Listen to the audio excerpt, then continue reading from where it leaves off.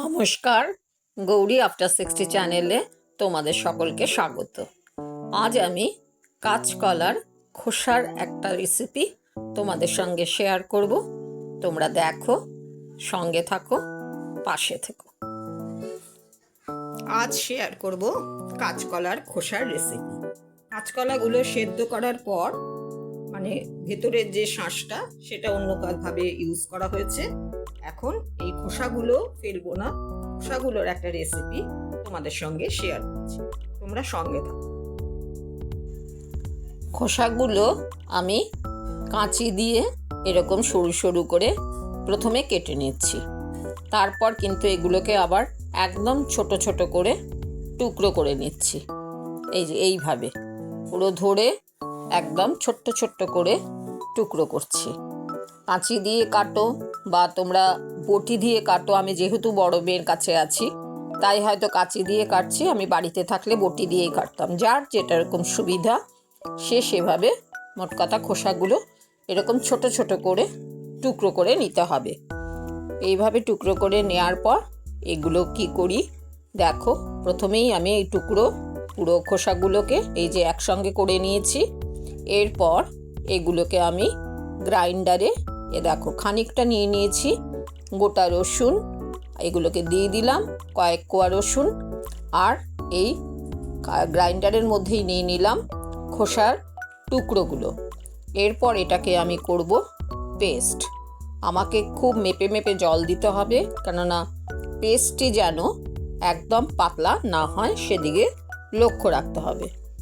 এইভাবে এর মধ্যে অল্প জল দিয়ে আমি এটাকে পেস্ট করে নিলাম। এই আমি পেস্ট করে নিয়েছি। এরপর কি করি তোমরা সঙ্গে থাকো, দেখতে থাকো। কড়াইয়ে দিয়ে দিয়েছি তেল, সর্ষের তেল গরম হয়ে গেছে। এবারে দিয়ে দিচ্ছি একটু হলুদটা দেওয়ার পর দিয়ে দিলাম একটু কালো জিরে। এবার একটু নাড়াচাড়া করে নিলাম। এইবারে পুরো দেখো এই যে আমার কাঁচকলার খোসা বাটাটা পুরোটাই আমি অ্যাড করে দিচ্ছি। পুরোটাই আমি অ্যাড করে দিলাম। যারা ঝাল খাবে তারা কিন্তু যখন বাটা হচ্ছে সেই সময় ওই রসুন আর কাঁচকলার খোসাটা ওই সময় লঙ্কা দিবে, যে যেমন লঙ্কা পছন্দ করে নিজের প্রয়োজন অনুযায়ী ঝাল দেবে। এটা আমি ঝাল দিলাম না, কারণ আমার নাতনিরাও এটা খাবে, কাজে ওরা ঝাল খেতে পারবে না, তাই আমি কোনো এখানে লঙ্কা ইউজ করলাম না। এই বেটে নিয়েছি।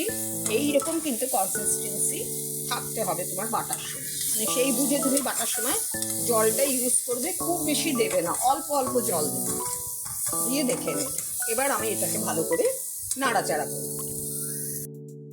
বেশ কিছুক্ষণ নাড়াচাড়া করার পর আমি এখানে অ্যাড করছি নুনটা।